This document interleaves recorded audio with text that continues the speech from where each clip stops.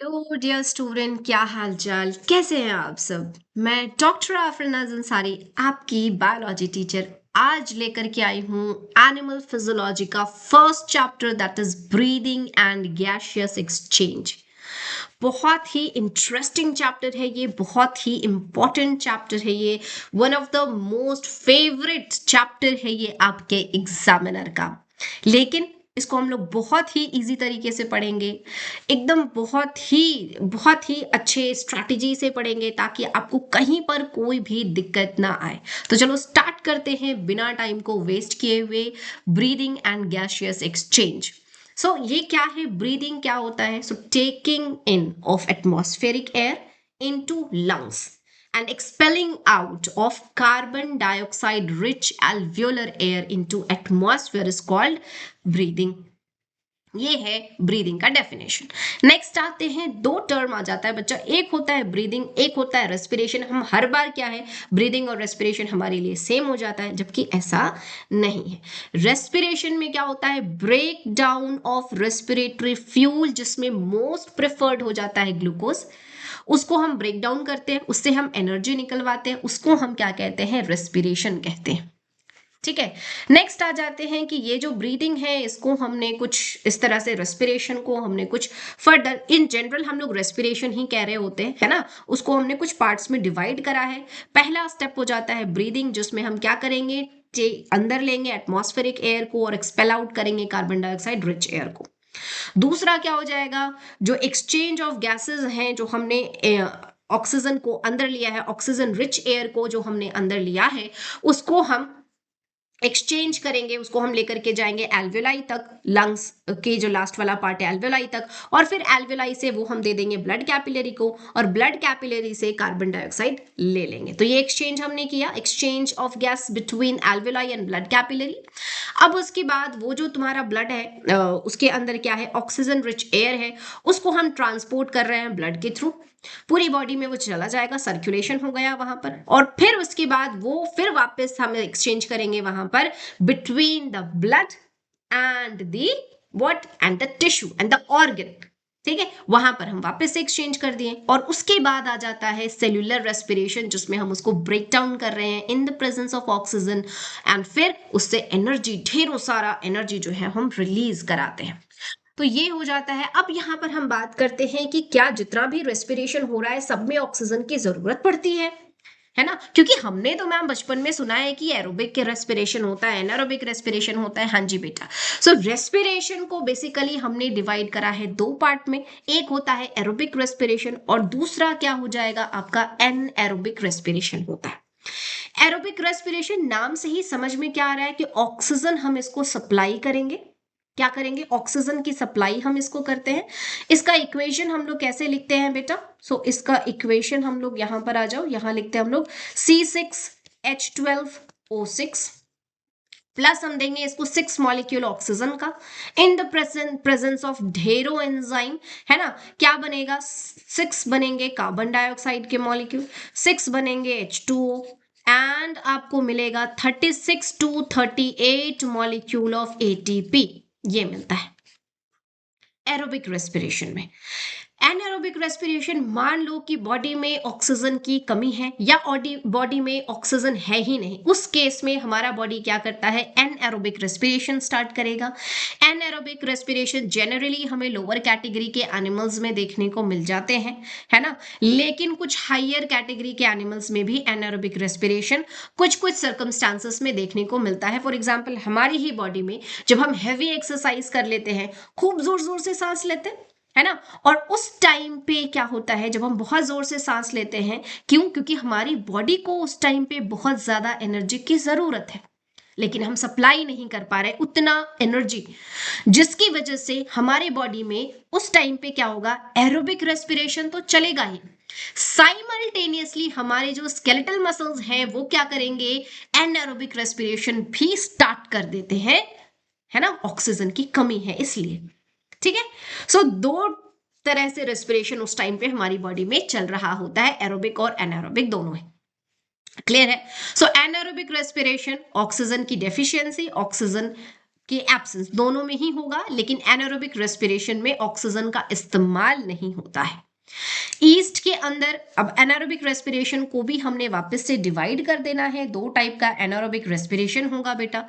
एक हो जाता है आपका अल्कोहलिक फर्मेंटेशन, है ना, एक हो जाता है क्या, अल्कोहलिक फर्मेंटेशन, और एक हो जाता है क्या आपका, एक क्या हो जाता है, लैक्टिक एसिड फर्मेंटेशन। एक क्या हो जाएगा, लैक्टिक एसिड फर्मेंटेशन हो जाएगा।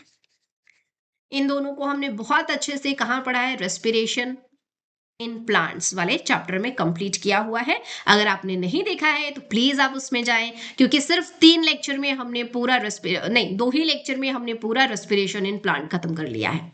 ठीक है, तो बहुत ज्यादा आपका टाइम लगना नहीं है, एंड सिर्फ 2 लेक्चर मतलब 2 घंटे के लेक्चर में आपने पूरा रेस्पिरेशन इन प्लांट बहुत ही अच्छे कॉन्सेप्ट के साथ खत्म कर लेना है। चलो जी, सो एनारोबिक रेस्पिरेशन में अल्कोहलिक फर्मेंटेशन जो है ईस्ट में देखने को मिलेगा। इसमें हम लेंगे ग्लूकोज, है ना, और बनाएगा क्या, 2 molecule of pyruvic acid plus 2 molecule आपका बनता है एटीपी। फिर इस पायरुविक एसिड को हम फर्मेंटेशन वाले प्रोसेस में लेकर के जाएंगे, क्योंकि ये जो प्रोसेस है इसको हम कहते हैं ग्लाइकोलिसिस, ग्लाइकोलिसिस, जो कि आपके एरोबिक एनारोबिक दोनों में होगा। सो ग्लूकोज से 2 मॉलिक्यूल पायरुविक एसिड के बनने के प्रोसेस को ग्लाइकोलिसिस कहते हैं। होता है साइटोप्लाज्म में, एरोबिक और एनारोबिक दोनों में होगा। फिर एनारोबिक में अगर ये जा रहा है तो पायरुविक एसिड जो है वो कहाँ कन्वर्ट होगा, इथाइल अल्कोहल में कन्वर्ट होगा, C2H5OH में।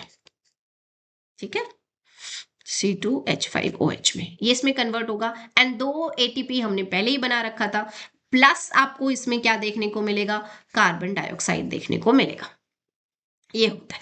नेक्स्ट दूसरा जो है लैक्टिक एसिड फर्मेंटेशन ह्यूमन के मसल्स में होगा, है ना। यहां पर क्या होगा, ग्लूकोज जो है ग्लाइकोलिसिस के प्रोसेस में जाएगा, 2 मॉलिक्यूल पायरुविक एसिड का बनाएगा प्लस 2 मॉलिक्यूल ऑफ एटीपी यहीं पे बन जाता है, और फिर वो फर्मेंटेशन वाले स्टेप में जाएगा, लैक्टिक एसिड का फॉर्मेशन कर देगा, पायरुविक एसिड से लैक्टिक एसिड में कन्वर्ट हो जाएगा, और 2 एटीपी हमने पहले ही बना रखा था।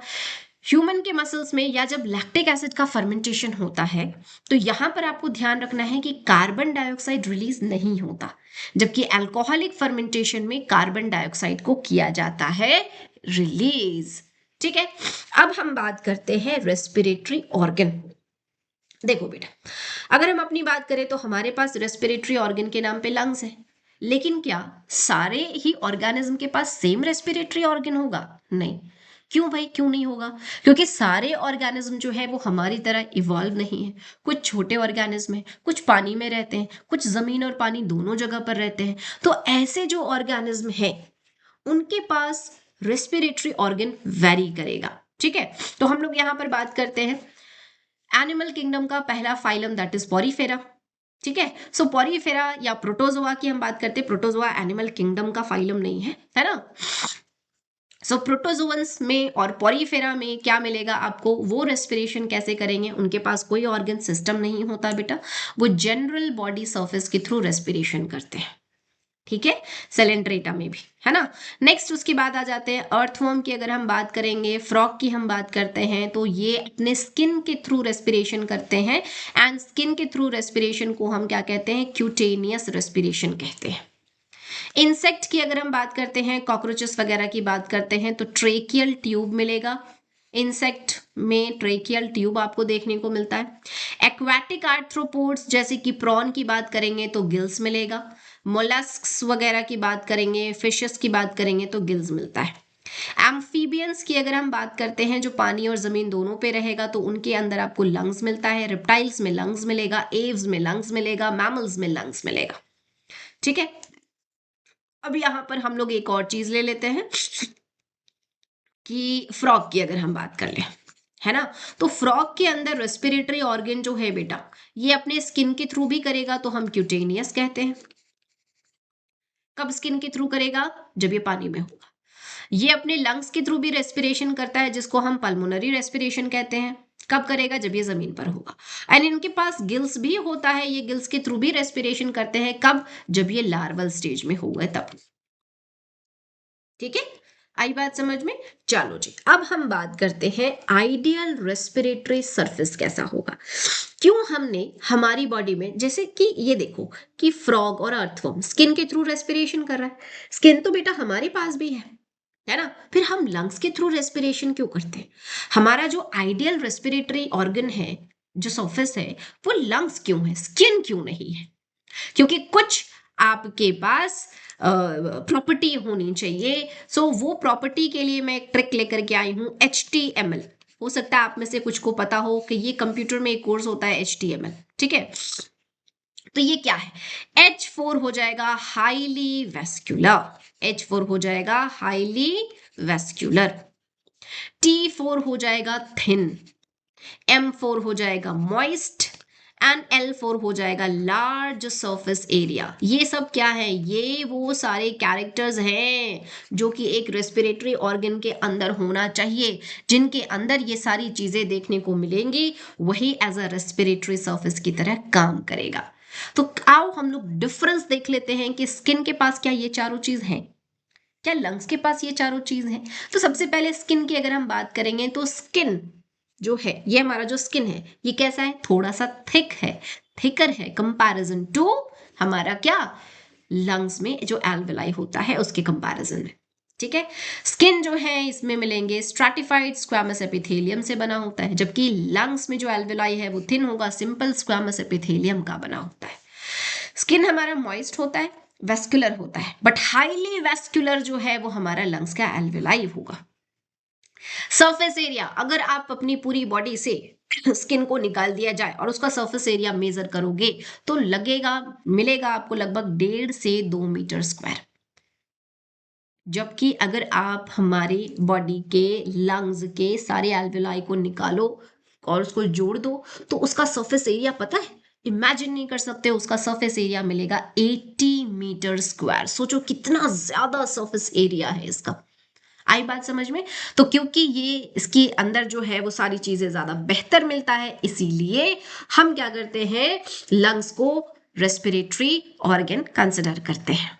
अब हम बात करते हैं ह्यूमन का रेस्पिरेटरी सिस्टम। सो ह्यूमन का रेस्पिरेटरी सिस्टम जो है, यहाँ पर क्या क्या चीजें आपको देखने को मिल जाएंगी बेटा ह्यूमन रेस्पिरेटरी सिस्टम में, यहीं पे लिख लेते हैं हम लोग। ये देखो, तो ह्यूमन रेस्पिरेटरी सिस्टम में दो चीजें होती हैं, एक होगा आपका रेस्पिरेटरी ट्रैक्ट, पूरा वो रास्ता, और दूसरा है आपका respiratory organ that is known as lungs. इस रेस्पिरेटरी ट्रैक्ट में आपको क्या क्या चीजें देखने को मिलती हैं? सो रेस्पिरेटरी ट्रैक्ट में चीजें जो देखने को मिलती हैं बेटा, यहाँ पर हम लोग उसको जो है क्या करें, यहाँ पर देखो ये इमेज तो दिया हुआ है, ये ज्यादा बहुत अच्छे से प्यारा सा इमेज है, यहाँ पर आप इसको देख सकते हो, है ना? हम्म,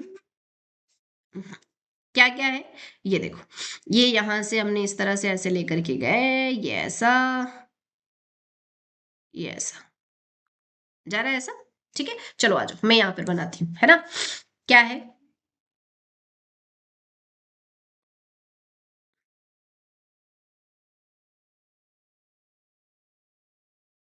ये, हो गया? ठीक है, मैम ने भी ठीक ही बना लिया नहीं? चलो आ जाओ, ये ऐसा, ठीक है,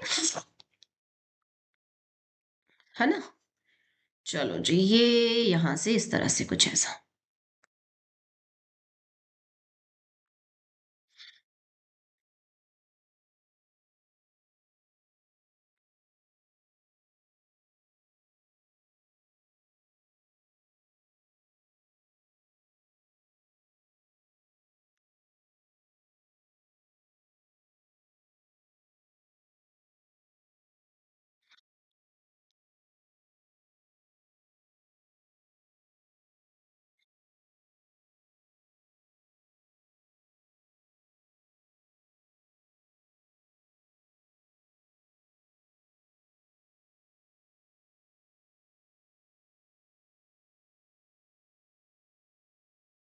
ये कुछ इस तरह का होता है, ठीक है?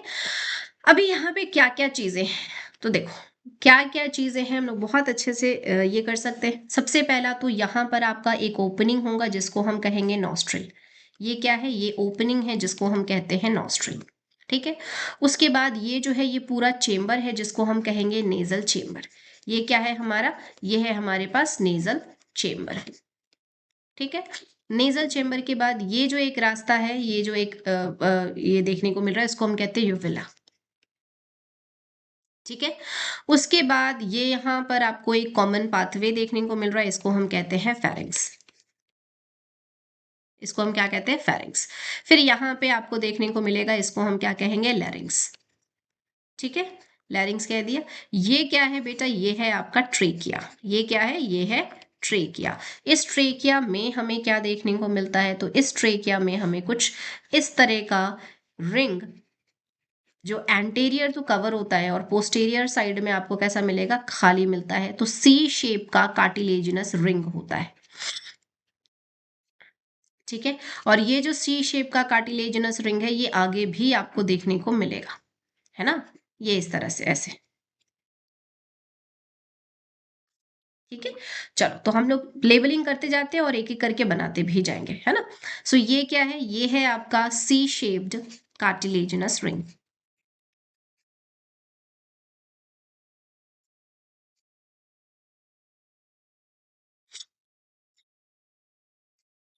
ये हो गया। ठीक है।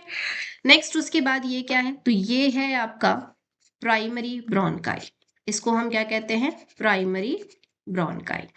एक एक करके हमें सबके बारे में पढ़ना है बेटा, कि प्राइमरी ब्रोंकाई कहाँ से स्टार्ट हो रहा है, ट्रेकिया कहाँ डिवाइड हो रहा है, ये सारी चीजें।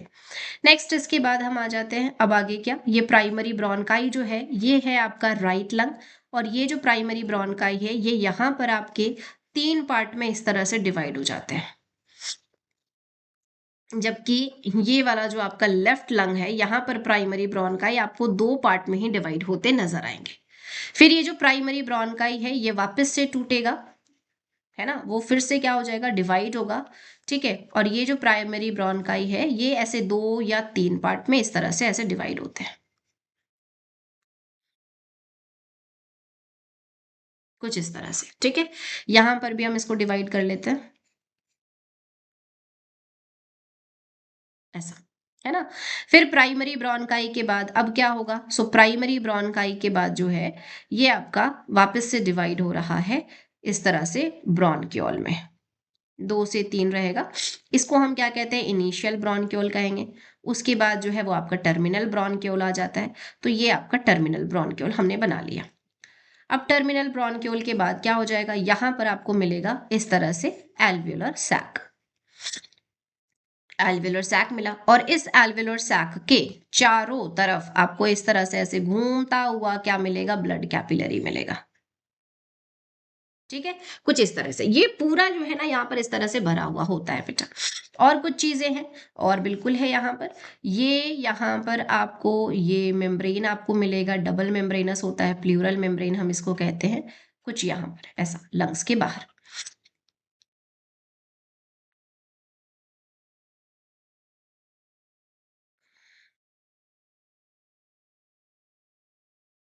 ये हो गया।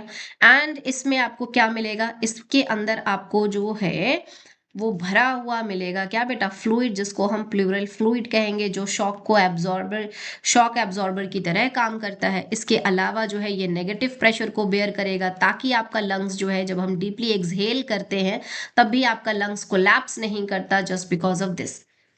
ठीक है। सो ये हो गया। अब चलो हम लोग कर लेते हैं लेबलिंग। सो इधर आ जाओ, ये क्या है, ये है हमारे पास प्राइमरी ब्रोंकाई हो गया था, ये है हमारे पास सेकेंडरी ब्रोंकाई।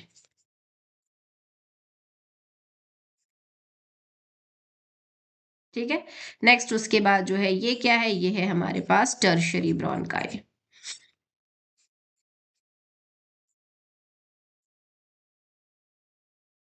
है ना।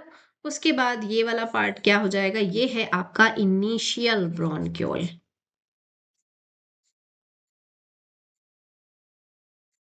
एंड ये एंड वाला पार्ट जो है, ये होगा आपका टर्मिनल ब्रोंक्यूल।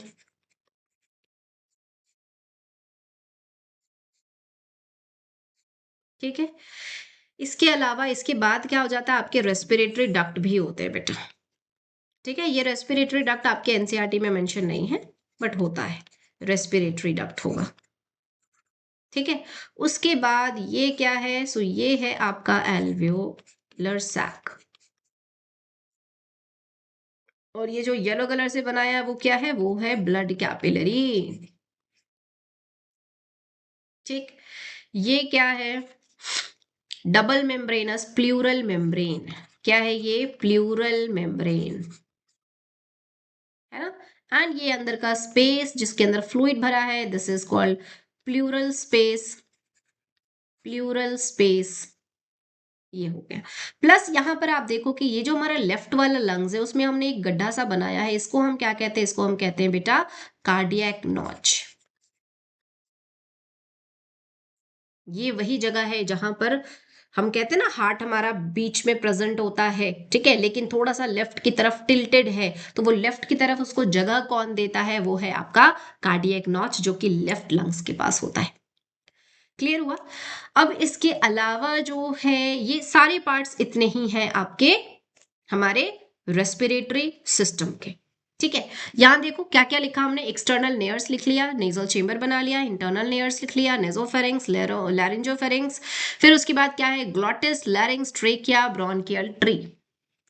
ये सारी चीजें जो है यहीं पर हो जाता है आपका, ये पूरा है। ठीक है, अब वन बाय वन करके हमें सब कुछ देखना ही है ना। अदरवाइज मैं यहाँ पर एक बार आपको इसको समराइज कर दूं कि क्या होगा। एक्सटर्नल नॉस्ट्रिल जो है इसके थ्रू एयर अंदर जाएगा, अंदर जाने के बाद नेजल चेंबर में जाएगा, नेजल चेंबर में आपको कुछ बोन्स प्रेजेंट होंगे जिसको कॉन्का हम कहते हैं। ठीक है, उसको क्रॉस करते हुए आपका जो हवा है वो अंदर जा रहा है। ठीक है, और फिर वो पहुंचा फेरिंग्स में, फेरिंग्स के बाद पहुंचा लैरिंग्स में। जब ये लैरिंग्स में पहुंचेगा, है ना, फिर क्या होगा, लैरिंग्स के अंदर वो एंटर करेगा, ट्रेकिया के थ्रू वो जाएगा ब्रोंकाई, फिर ब्रोंक्यूल, और फिर एल्वेलाई में जाएगा। एल्वेलाई में जाने के बाद वहां से वो उस गैस को, ऑक्सीजन रिच एयर को किसको दे देगा, ब्लड कैपिलरी को दे देगा, एंड ब्लड कैपिलरी से वो क्या ले लेगा, कार्बन डाइऑक्साइड ले लेगा, एंड जिस रास्ते से ये हवा अंदर आया था उस रास्ते से कार्बन डाइऑक्साइड रिच एयर जो है वो बाहर निकल जाता है। यही है, लेकिन इसके अंदर और भी बहुत सारी चीजें हैं जिसको वन बाय वन करके हम लोग आगे पढ़ने वाले हैं।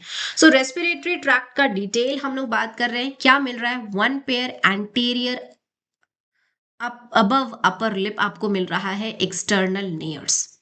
ठीक है, एटमॉस्फेरिक एयर जो है एंटर करता है इसी के पार्ट से। उसके बाद क्या जाएगा, नेजल चेंबर। नेजल चेंबर की अगर हम बात करते हैं, ये है आपका, है ना, ये आपका पूरा जो नेजल चेंबर है, यहां पर आपको ये जो नेजल चेंबर है ये, ठीक है, ये एक चेंबर है, ये एक चेंबर है, इसको बीच से ये वाला जो पार्ट है इससे डिवाइड किया हुआ है, इसको हम क्या कहते हैं, नेजल सेप्टम कहते हैं। ठीक है, इसको हम क्या कहते हैं, नेजल सेप्टम कहते हैं। और इस नेजल चेंबर को, इस चेंबर को हमने तीन पार्ट में डिवाइड करा बेटा। ये सामने वाले पार्ट को हम वेस्टिब्युलर पार्ट कहते हैं, वेस्टिब्युलर पार्ट कहते हैं। ठीक है, इसके बाद वाले पार्ट को, इधर वाले पार्ट को हम क्या कहते हैं, रेस्पिरेटरी पार्ट कहेंगे।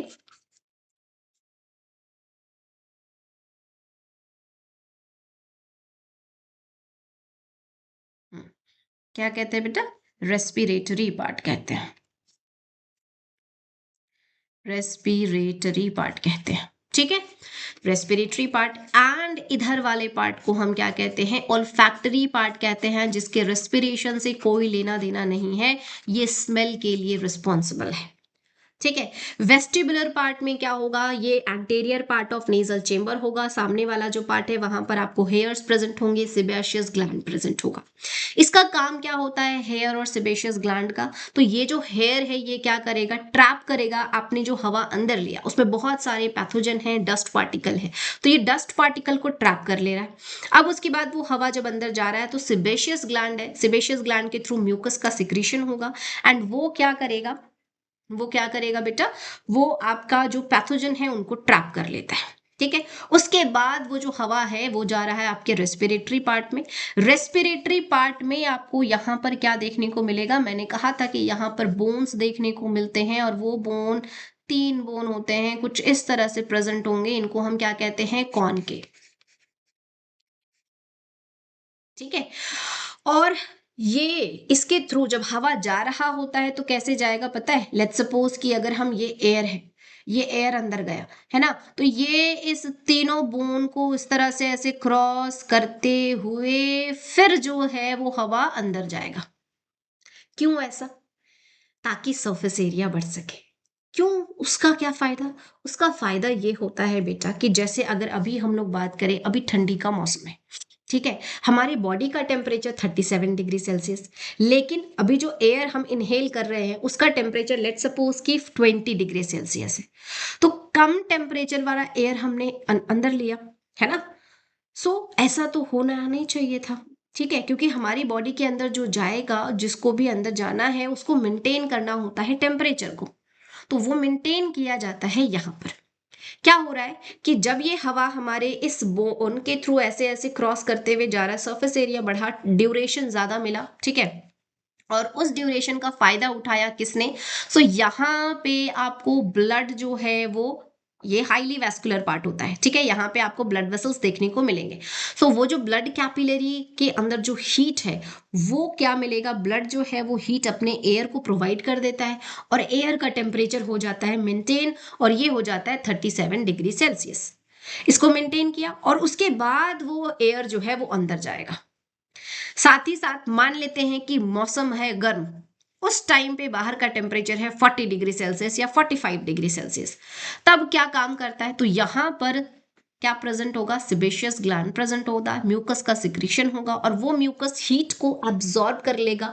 तो जब हम लोग हाई टेम्परेचर वाले एयर को हम इनहेल करते हैं, उसके हीट को एब्सॉर्ब कर लेगा आपका म्यूकस, और फिर टेम्परेचर को मेंटेन करेगा, और फिर वो हवा अंदर जाता है।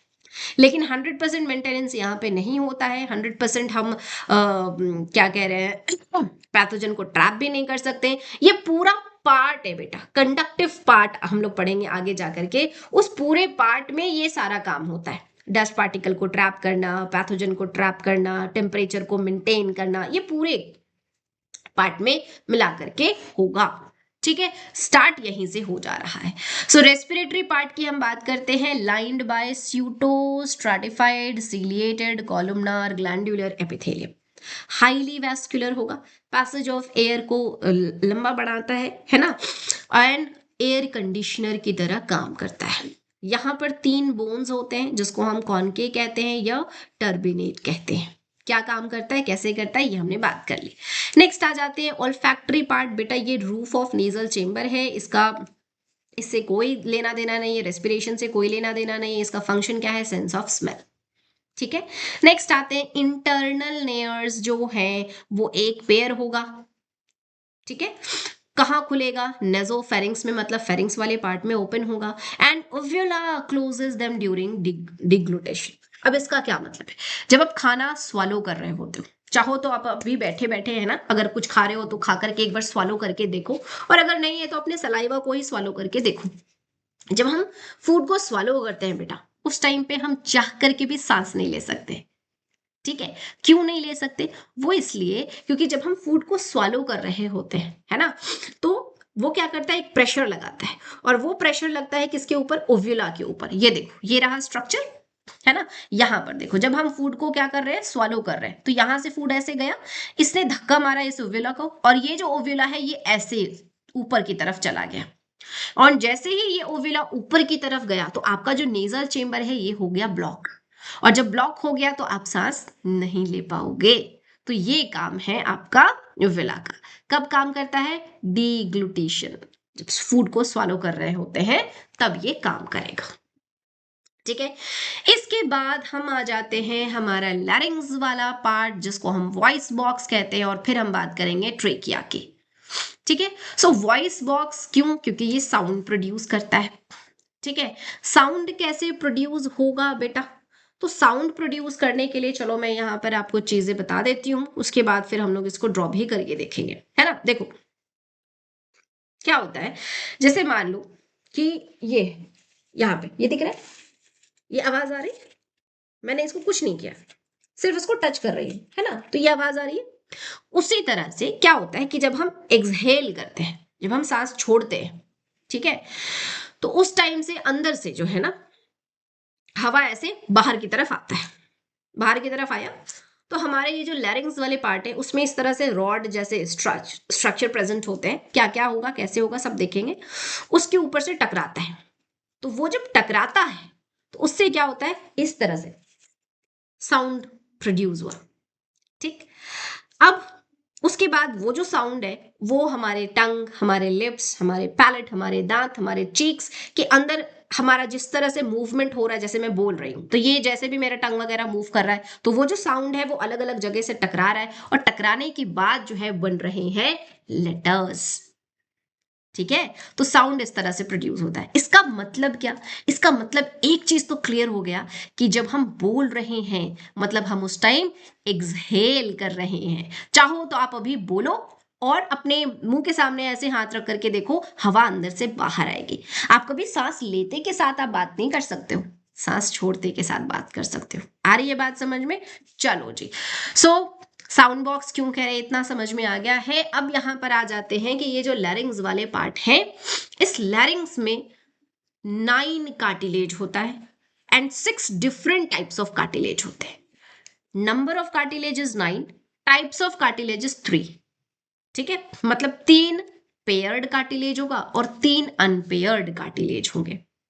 ये लैरिंग्स हमारे इस तरीके से बना होगा। ठीक है, क्या क्या है, पहला कार्टिलेज क्या है हमारे पास दोस्तों? पहला जो कार्टिलेज है बेटा ये है आपका थायराइड कार्टिलेज। पहला कार्टिलेज क्या है?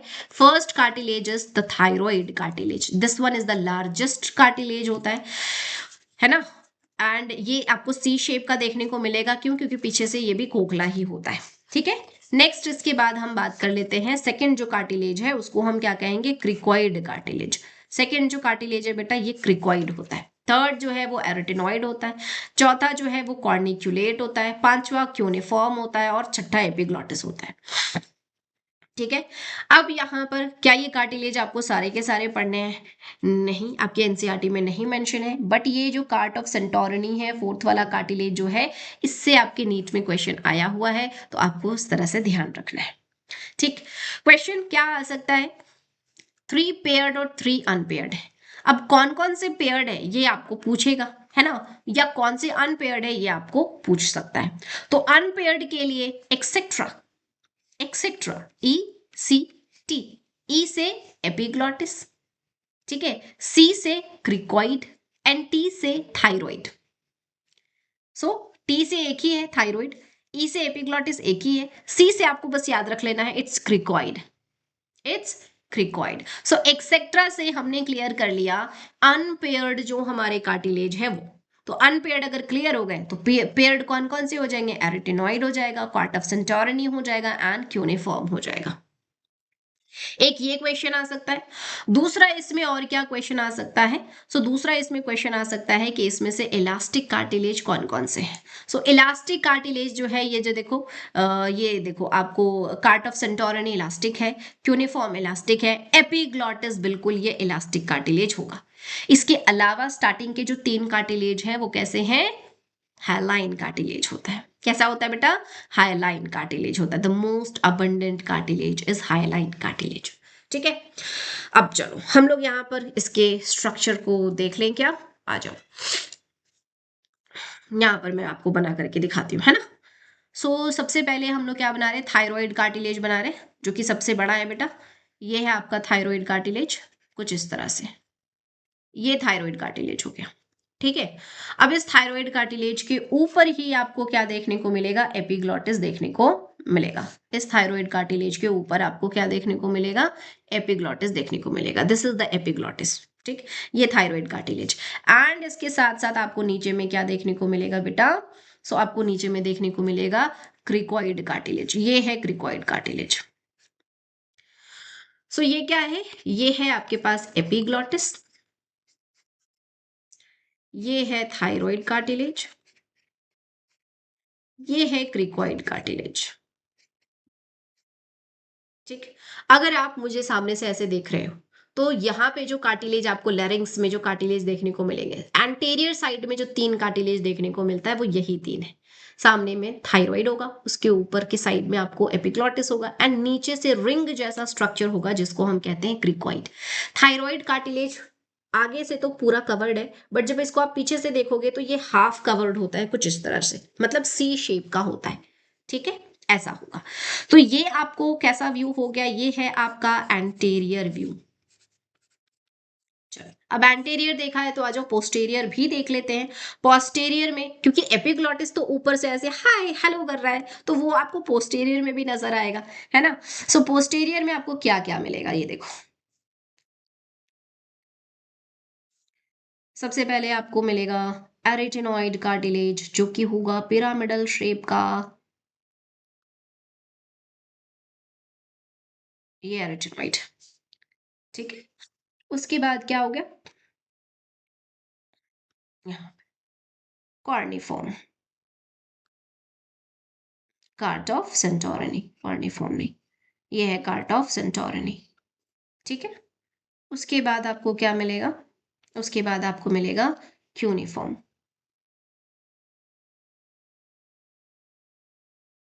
देखा, ये एंड हमने कहा था कि एपिग्लॉटिस तो हेलो करेगा ही ऊपर से, सो ये कर रहे हैं एपिग्लॉटिस ऊपर से हेलो। हेलो,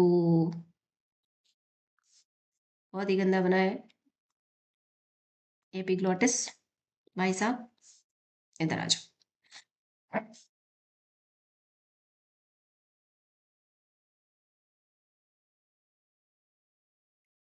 ये एपिग्लॉटिस, ठीक है। सो ये क्या है, ये हमारे पास एपिग्लॉटिस है।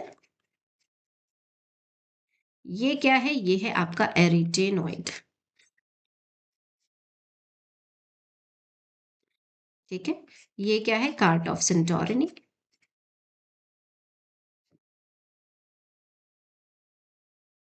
और ये क्या है, क्यूनिफॉर्म, ये पीछे से। अब यहाँ पर ना आपको कुछ चीजें देखने को मिल रही हैं। क्या देखने को मिल रही हैं, चलो मैं यहाँ पे आपको बना करके दिखाती हूँ। यहाँ पे कुछ आपको रिंग जैसा स्ट्रक्चर देखने को मिलेगा, ऐसा, ये ऐसा रॉड जैसा, ऐसा एरिटिनॉइड से वो जुड़ा होता है। ठीक है, ये ऐसा। और उसके बाहर की तरफ में एक और आपको इसी तरह से रॉड जैसे स्ट्रक्चर यहाँ पे नजर आ रहे हैं। ठीक है, इतना समझ आया। अब इसमें होता क्या है, बाहर से अंदर से जब आप एक्सहेल कर रहे होते हो, हवा इन सबको क्रॉस करता हुआ, तो ये वाला जो पार्ट है आपका, ये वाला जो येलो वाला पार्ट है, this is the true vocal, true vocal होता है ये कॉर्ड है, ट्रू वोकल कॉर्ड है। एंड ये जो ब्लैक वाला है ये फॉल्स वोकल कॉर्ड है, ये प्रोटेक्शन प्रोवाइड करेगा। क्या होता है, अंदर से हवा बाहर निकला तो ये जो ट्रू वोकल है उसके साथ टकराया, सो सॉरी। तो जब ये टकराया तो टकराने के बाद क्या होगा, ये झंझनाएगा ऐसा, है ना। और वो झंझनाहट से फिर वो जो आवाज है वो आपके पूरे बकल कैविटी के साथ मिक्स होगा, इधर उधर उधर उधर जाएगा और फिर वो शब्द बाहर निकलेंगे। आई बात समझ में, ठीक है। चलो, सो थायराइड कार्टिलेज क्या है, लार्जेस्ट है, सिंगल है, सी शेप्ड है, डॉर्सली इनकम्प्लीट है। डॉर्सली इनकम्प्लीट कहने का मतलब क्या, पीछे से ये कैसा है, इनकम्प्लीट है ना। और वेंट्रल साइड में ये प्रोमिनेंट है, इन केस ऑफ मेल आपको वेंट्रल साइड में प्रोमिनेंट नजर आएगा। ठीक है ना। जिसको हम क्या कहते हैं, जिसको हम कहते हैं बेटा एडम्स एप्पल। क्या कहते हैं, एडम्स एप्पल कहते हैं। क्लियर हुआ, ठीक है। क्रिकॉइड की अगर हम बात कर लेंगे, चलो तो फटाफट से क्रिकॉइड के बारे में बात कर लेते हैं। क्रिकॉइड क्या हो जाएगा, ये सिंगल होता है, कैसा है, सिंगल है ना, रिंग लाइक है, मतलब ये पीछे से खोखला नहीं होगा, पीछे से खोखला ये नहीं होगा।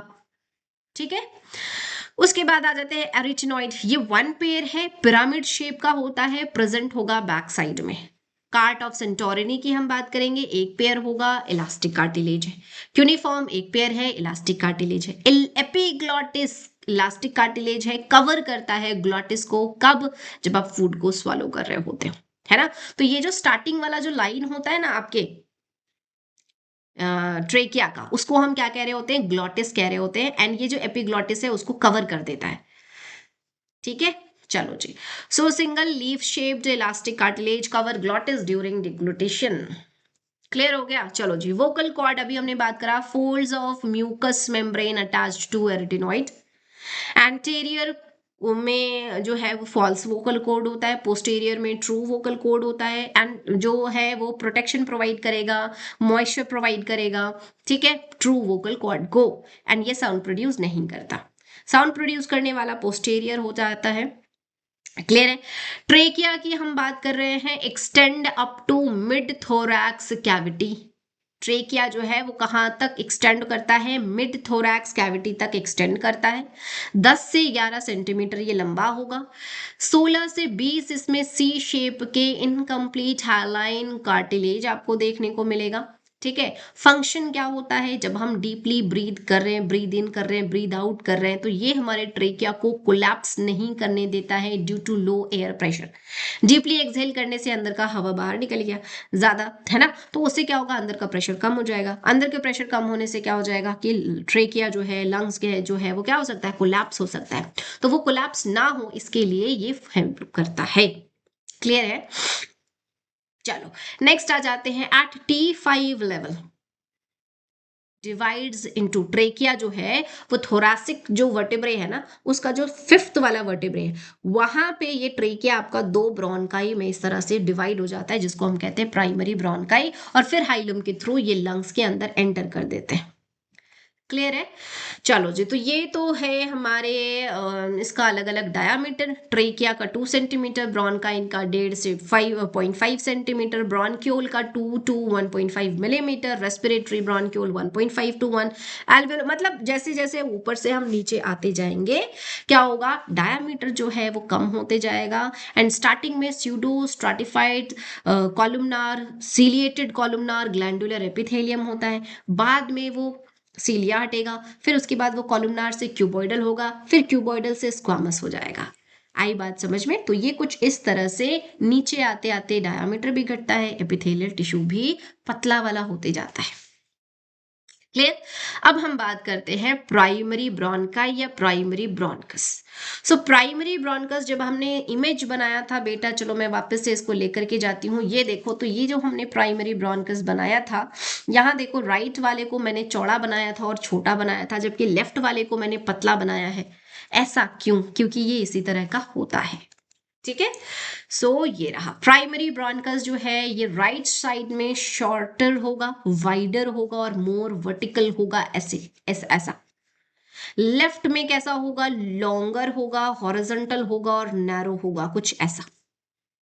ठीक है ना, और लगभग आधा लेंथ होता है राइट वाले का, इतना छोटा होता है। ठीक है। कंडक्टिंग पार्ट, अब ये कंडक्टिंग पार्ट कहां से कहां तक हो जाता है बेटा, बहुत इंपॉर्टेंट है, ध्यान रखना। From external nares up to terminal ब्रोनक्यूल।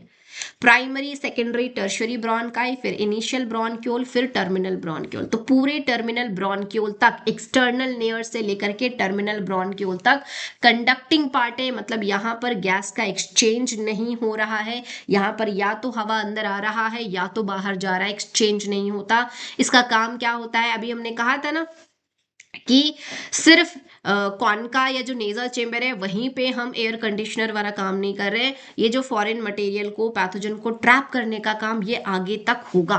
तो कहाँ तक होता है, कंडक्टिंग पार्ट तक होता है। तो कंडक्टिंग पार्ट का काम क्या है, clears the atmospheric air from foreign particles, humidification करेगा, also bring the air to body temperature. ये आपके नीट में आया हुआ क्वेश्चन है बेटा, बहुत ही इंपॉर्टेंट है, आते रहता है, तो ये याद रखना है। कंडक्टिंग पार्ट का 3 काम है, humidification, clear the foreign particles and body temperature को मेंटेन करना, एयर के टेम्परेचर को बॉडी टेम्परेचर तक लेकर आना, टेम्परेचर को रेगुलेट करना। Include 3 structure 1 to 5 from above table. क्या क्या स्ट्रक्चर है यहाँ पर, ऊपर में वो सारी चीजें। ठीक है। तो हाँ, नेक्स्ट आ जाते हैं रेस्पिरेटरी ब्रोनक्यूल। रेस्पिरेटरी ब्रोनक्यूल मतलब कहाँ से कहाँ तक, एल्वियोलर डक्ट हो जाएगा, एट्रियम हो जाएगा। देखो एल्वियोलर डक्ट से पहले हमने क्या कहा था, रेस्पिरेटरी डक्ट भी कहा था। ठीक है। सो रेस्पिरेटरी डक्ट हो जाएगा, है ना, फिर उसके बाद एट्रियम हो जाएगा, सो उसके बाद एल्वियोलर सैक हो जाएगा, फिर एल्वियोलाई हो जाएगा। आई बात समझ में। सो ये रेस्पिरेटरी ब्रोनक्यूल कहलाता है। हाँ, सो प्राइमरी ब्रोनकस हो गया, खत्म। अब उसके बाद हम आ जाते हैं, प्राइमरी ब्रोनकस हमने देखा, फिर हमने सेकेंडरी ब्रोंकाई देख लिया, फिर हमने टर्शियरी ब्रोंकाई देख लिया। एंड इमेज में जब हमने बनाया था तो सेकेंडरी जो ब्रोंकाई है बेटा वो 2 से 3 पार्ट में डिवाइड होते हैं। एंड एक और चीज है लंग्स की, जब हम बात करेंगे वैसे तो हम ये आगे भी पढ़ेंगे बट फिलहाल ही मैं यहाँ पर ही बता देती हूँ कि ये जो जैसे लंग्स यहाँ पर देखने को आपको मिल रहा है ना। तो यहाँ पर देखो कि ये जो लेफ्ट वाला लंग्स है इसमें आपको 2 इस तरह से ऐसे पार्ट में डिवाइड होता है, ठीक है। एंड जबकि राइट वाला जो है ये आपको 3 पार्ट में ऐसे डिवाइड होने को दिखता है। जो लंग्स है ये इस तरह से 3 पार्ट में डिवाइड होकर के दिखेगा राइट वाला पार्ट, जबकि इसमें लेफ्ट वाले में 2 पार्ट में डिवाइड होता है, ठीक है। तो 3 पार्ट देखने को मिलता है, 3 पार्ट को में जो डिवाइड कर रहा है उसको हम कहते हैं फिशर। तो राइट लंग्स में 2 फिशर होंगे, लेफ्ट लंग्स में 1 फिशर होगा, ठीक है ना। और यही जो है ये आपको लंग्स को अलग अलग लोब्स में डिवाइड कर रहे होते हैं। क्यों भाई ऐसा? क्योंकि राइट वाला लंग्स थोड़ा सा साइज में बड़ा होता है। क्यों? क्योंकि यहाँ पर कार्डियक नॉच नहीं होता है, वो हार्ट को रहने के लिए जगह नहीं देता है, इसीलिए थोड़ा छोटा हो जाता है। So that is the reason, ठीक है। अब हम यहाँ पर बात करते हैं alveolar sac. So alveolar sac is the structural and functional unit of lungs line by simple squamous epithelium. 2 type के सेल्स देखने को मिलेंगे। एक को हम न्यूमोसाइट 1 कहते हैं जो सिंपल स्क्वामस एपिथेलियम का बना होता है, जो मेन रिस्पॉन्सिबल है गैसियस एक्सचेंज के लिए। दूसरा जो सेल है ये होता है न्यूमोसाइट 2 जो कि क्यूबॉइडल एपिथेलियल टिश्यू का बना होगा, क्लारा सेल भी कहते हैं। ये प्रोड्यूस करता है सर्फेक्टेंट, लेसिथिन प्लस फॉस्फोलिपिड का बना है, रिड्यूस करेगा सरफेस टेंशन, ठीक है, और प्रिवेंट करेगा कोलैप्स ऑफ एल्वेलाई। भाई एल्वेलाई भी कोलैप्स हो रहा है, यहां पर आप समझो कि क्या होता है कि जब हम हवा अंदर लेते हैं और फिर हम हवा बाहर निकाल रहे होते हैं, है ना, तो ये जो प्रेशर है, जो हवा का जो प्रेशर है ना, वो प्रेशर जब आपके एल्वेलाई तक पहुंचता है, सिंपल स्क्वामस एपिथेलियम इतना थिन, इतना डेलिकेट होता है कि वो उस प्रेशर को बेयर नहीं करेगा और आपका लंग्स जो है वो कोलैप्स कर जाएगा। ये ना हो इसके लिए इस एल्वेलाई में दूसरे टाइप के सेल बनाया है नेचर ने, उसका नाम है न्यूमोसाइट 2, ठीक है। और ये क्यूबॉइडल एपिथेलियम मतलब थोड़ा सा इसका थिकनेस ज्यादा होता है। एंड ये जो है ये लेसिथिन फॉस्फोलिपिड का बना हुआ होगा, सर्फेक्टेंट प्रोवाइड करेगा, सरफेस टेंशन को रिड्यूस करेगा, एंड जो एयर का प्रेशर है उसको बेयर करने की सलाहियत हमें प्रोवाइड करता है, एंड हमारा लंग्स जो है वो कोलैप्स नहीं करता। आपको पता है ये जो न्यूमोसाइट 2 है ये हमारी बॉडी में बनता कब है? जेस्टेशन पीरियड के 7th मंथ में। इसीलिए जब कोई बच्चे की डिलीवरी ऐसे 6 महीने में 7 महीने में होती है तो उसकी अचानक से मौत हो जाती है और हमें पता तक नहीं चलता। अगर हम अच्छे हॉस्पिटल में मेडिकल फैसिलिटीज हमारे आसपास सही नहीं है तो दिक्कत हो जाती है, ठीक है। क्यों? क्योंकि वो बच्चे जिसकी डिलीवरी 6 महीने 7 महीने में हुई उसके लंग्स में न्यूमोसाइट 2 नहीं बना। अंदर जो है वो आराम से उसको सांस लेने की ऐसा जरूरत नहीं थी, ऑक्सीजन वगैरह सब कुछ सप्लाई हो रहा था। जब वो बच्चा पैदा हुआ उसने पहला जब रोया तो first cry is the first breath, उसने सांस लिया अंदर अंदर हवा गया, उसका प्रेशर उसका लंग्स बर्दाश्त नहीं कर पाया, ठीक है। क्यों? क्योंकि सर्फेक्टेंट प्रोवाइड नहीं किया जा रहा है, न्यूमोसाइट 2 नहीं बना था, ठीक है। और उसकी वजह से क्या हो गया, उस बच्चे की डेथ हो जाती है एंड पेरेंट्स को पता भी नहीं चलता कि क्या हो रखा है, क्या हो गया, ठीक है। सो ये सारे रीजन है। खैर अब तो हमारी मेडिकल फैसिलिटी इतनी अच्छी हो गई है कि अगर ऐसा प्री मेच्योर डिलीवरी किसी का होता है तो बच्चे को आर्टिफिशियल सर्फेक्टेंट वगैरह प्रोवाइड किया जाता है, मशीन वगैरह में रखते हैं, बच्चे को बचा लिया जाता है, ठीक है। सो ये हमने तो कवर कर लिया है ऊपर ऊपर की सारी चीजें। अब हम बात करते हैं लंग्स की। तो लंग्स जो है वो 1 पेयर होगा। कहाँ प्रेजेंट होता है? चेस्ट कैविटी में प्रेजेंट होता है, रिब्स वगैरह से इसको प्रोटेक्ट किया जाता है, थोरासिक केज के अंदर प्रेजेंट होगा। सामने से इसको प्रोटेक्शन कौन प्रोवाइड कर रहा होता है? तो सामने से ये रहा स्टेर्नम, यहाँ से स्टेर्नम प्रोवाइड करेगा, इस तरह से ऐसे इसको रिब्स प्रोवाइड करते हैं। लैटरल साइड में भी रिब्स के थ्रू इसको प्रोटेक्शन प्रोवाइड किया जाता है, एंड डोर्सल साइड में वर्टिब्रल कॉलम होता है जो आपके लंग्स को प्रोटेक्ट करता है। तो चारों तरफ से हमने लंग्स को घेर रखा है। नीचे से डायाफ्राम है जो इसको प्रोटेक्शन प्रोवाइड कर रहा है, ऊपर से हमारा ये क्लाविकल है, नेक वाला कॉलर बोन है, ये सब है जो इनको प्रोटेक्शन प्रोवाइड करते हैं। क्लियर है। अब यहां पर आते हैं कि और इसके साथ साथ इसको डबल लेयर्ड प्लूरल मेम्ब्रेन से भी प्रोटेक्शन प्रोवाइड किया गया है। अंदर वाले लेयर को विसरल लेयर और आउटर वाले को पेरिएटल कहते हैं। दोनों के बीच में स्पेस होता है जिसमें फ्लूइड भरा होता है, प्लूरल फ्लूइड कहेंगे। एंड प्लूरल फ्लूइड में अगर इन्फ्लामेशन हो जाता है तो सफोकेशन होता है, सांस लेने में दिक्कत होती है, इसको हम प्लूराइटिस कहते हैं। ठीक है। नेक्स्ट आ जाते हैं, ये प्लूरल फ्लूइड जो है वो negative intra plural pressure provide करता है जो कि कॉज करेगा लंग्स को एक्सपैंड करने के लिए। अगर इसको मेंटेन नहीं किया गया तो जब हम एक्सहेल करेंगे तो हमारा लंग्स कोलैप्स कर सकता है क्योंकि अंदर प्रेशर कम हो जाएगा। समझ आई बात? ठीक है, चलो जी नेक्स्ट आते हैं राइट लंग्स और लेफ्ट लंग्स की हम बात करते हैं। राइट लंग्स जो है वो लार्जर होता है, लेफ्ट लंग छोटा होता है। हैवियर है राइट वाला, 625 ग्राम का होता है, 565 ग्राम का लेफ्ट लंग्स होता है। राइट लंग में कार्डियक नॉच नहीं होगा, लेफ्ट लंग में कार्डियक नॉच होगा। राइट लंग में 3 लोब होंगे तो 2 फिशर होगा, लेफ्ट लंग में 2 लोब होंगे तो 1 फिशर होगा। ये हमने पहले ही बात कर ली थी।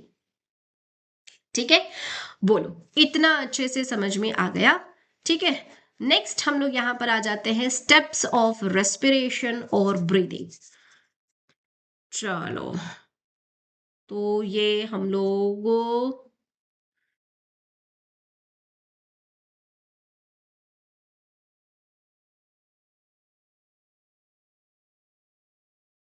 ठीक है, तो हम लोग अभी फिलहाल जो है ये यहीं पे इसको रोकते हैं बेटा। हमने इतना कंप्लीट कर लिया है। नेक्स्ट क्लास में हम लोग देखेंगे आगे क्या कि मैकेनिज्म ऑफ ब्रीदिंग देखेंगे और उसके बाद हम लोग बात करेंगे सारे जो आपके वॉल्यूम है, respiratory volume and respiratory capacity की। तो इतना आप पढ़ करके आओगे तो मैकेनिज्म ऑफ ब्रीदिंग जो है वो हमारा बहुत अच्छे से क्लियर होगा एंड तभी आपको समझ आएगा respiratory volume and capacity. Respiratory volume and capacity ना बहुत ही इंटरेस्टिंग सा चीज है, बहुत आसान सा चीज है। बच्चों को बस थोड़ा सा डर लगता है, पता नहीं क्यों। नेक्स्ट लेक्चर में जब आप आओगे तो इसके बाद आप इस चैप्टर से प्यार करने लगोगे, इतना प्यारा ये चैप्टर है। ठीक है, तब तक के लिए थैंक यू सो मच।